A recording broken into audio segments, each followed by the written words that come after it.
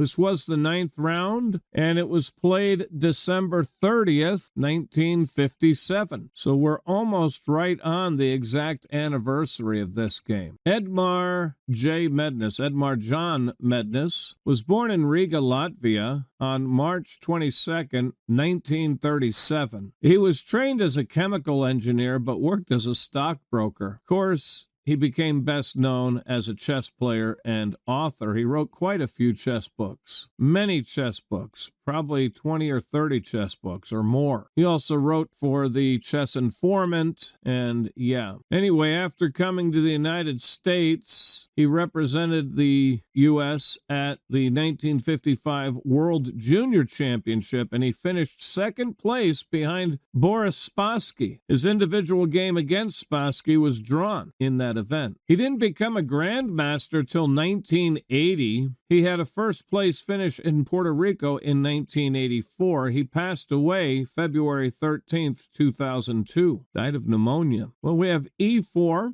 from Fischer, and we have the Pirc defense, often mispronounced Pirc. It's Pirc, P-I-R-C, but pronounce it like it's P-E-E-R-T-S, Pirc. That's named for Vasya Pirc. Vasya Pirc lived from December 19th, 1907 to June 2nd, 1980. He was Slovenian. Vasya Pirc was a 5-time Yugoslavian chess champion. He became a grandmaster in 1953. D4, knight F6, knight C3, G6, bishop G5. This is Robert Byrne's variation. You know the name Robert Byrne, a top American player. This was one of several lines that bears his name. Bishop G7, queen D2, pawn H6, bishop F4. Mednis leaves the book and plays C6 here. The book move is G5, pushing the bishop back, and then knight H5 hits it again. Not sure why the book symbol isn't coming up. Oh, there it is. I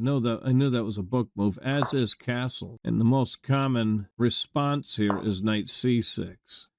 But that's not what Mednis played. He played pawn C6 right here. Bobby queenside castles. Getting a question mark.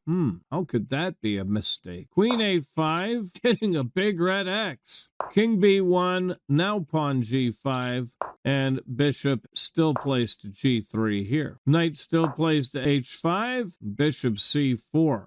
Well, the bot not liking any of these moves. B5, knight D7 makes perfect sense here. That's finally something I agree with regarding the bot's recommendation. Bishop B3, oh my word. Really, now that is interesting. Knight takes B5. That is interesting because the queen is undefended. You have to deal with that. So trade queens. And then if you take, I'm not taking the pawn. I'm coming here. Very interesting. All right, beautiful move. Not seen. Note that just retreating the bishop is not very good here. Gets a question mark. Well, Bobby played bishop b3, missing the doozy. Knight d7, pawn f4. Yeah, I might have played knight f3 here just to get my last piece out of bed. Let's see what that scores. Inaccurate. Oh, that's funny, though. When I played this, look what the bot recommends. The bot says, no, you should play pawn f4. But when Bobby played pawn f4, it says, no, that's inaccurate. Well, make up your mind, fickle bot. Make up your mind. How can it be the best move when I play knight f3, but not the best move when Bobby plays it? Come on, fickle bot. Which just goes to show you guys, don't worry too much about these yellow inaccuracies, because even the bot can't agree with itself. So knight takes the bishop right here. c5 being called for. On c5, pawn takes pawn. Mednis with knight takes the bishop. Pawn takes the knight, and now g4. Still c5 being called for. e5, d5, b4 desired by the bot here. f5, knight b6, really sloppy moves as far as the bot is concerned. Pretty normal for we mortals. Queen f4, that finally gets some approval from the annotator. e6, I don't know why he doesn't just defend this with h5, but e6, bot finally agreeing with me. Queen takes the pawn, bishop f8, pawn takes the pawn. Oh, look at this move. The bot calling for knight e4. That is interesting. And here the point is, if you take, that clears this diagonal to a degree, and now I can take this, right? And you cannot take with your pawn, or this square becomes available to my queen. And you cannot take with the bishop, because I bishop takes bishop, and then you take, and that square becomes available to the queen. Really fascinating. Bobby played f takes e6 right here. Bishop takes e6 and queen f3. Mednis castles here to the queen side, obviously. Knight h3. He wants to play knight to g5 and take advantage of this piece relationship. So Mednis, recognizing that, gets out of the rook's line of fire. Also covers the g5 square with his rook directly. Queen f2, knight c4. Bishop takes knight. Why not? It's a horrific bishop. The b-man takes the bishop. That opens a line to White's king here. He'd like to get his rooks on that b file. If you can imagine a rook on b8, then queen takes knight can be played because the pawn would be pinned. Well, Bobby immediately gets off of the b file. Rook d7, no doubt coming to the b file anyway, and Bobby decides to reposition his knight. The bot doesn't mind repositioning the knight, he just wants it on e2 instead of b1. I would think you might want to get this knight back into the game as well. Knight f4 seems promising. Get a star. Anyway, knight b1, and as predicted, rook b7. And of course, the threat is to sacrifice the rook, and the point is you really can't take because your knight becomes overworked. So very, very interesting, right? I take, and then if white takes here, I play here, check, and you really can't take this because then I'm coming in here. Well, Bobby played c3 here to prevent that pawn from pushing. Rook b6. The bot says king b8 to keep the balance. Rook b6 played by Mednis. Rook d2, king d7. I'll have to confess, I don't really understand what's so great about king b8. Oh, is he just coming to a8? Is that the idea? I'm not real clear on why that's being pushed by the bot. Knight f4 is played here. Bishop e7. Yeah, rook a6 is probably necessary here. That threatens checkmate and forces a3. But he played his bishop to e7. Rook takes the pawn on h6 right there. That's a much better move. You know, resist the temptation to play a knight takes the bishop here. You don't want to play that, even though you can still play this here, but now rook f8.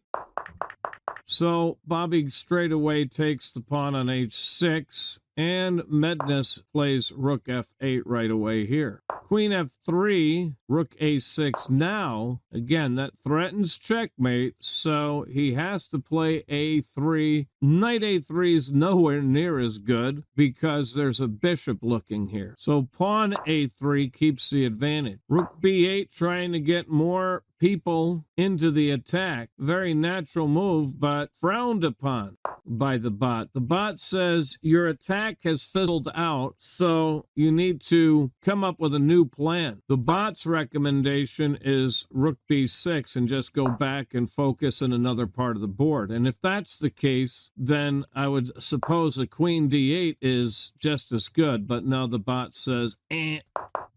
Anyway, rook b8, knight takes the bishop.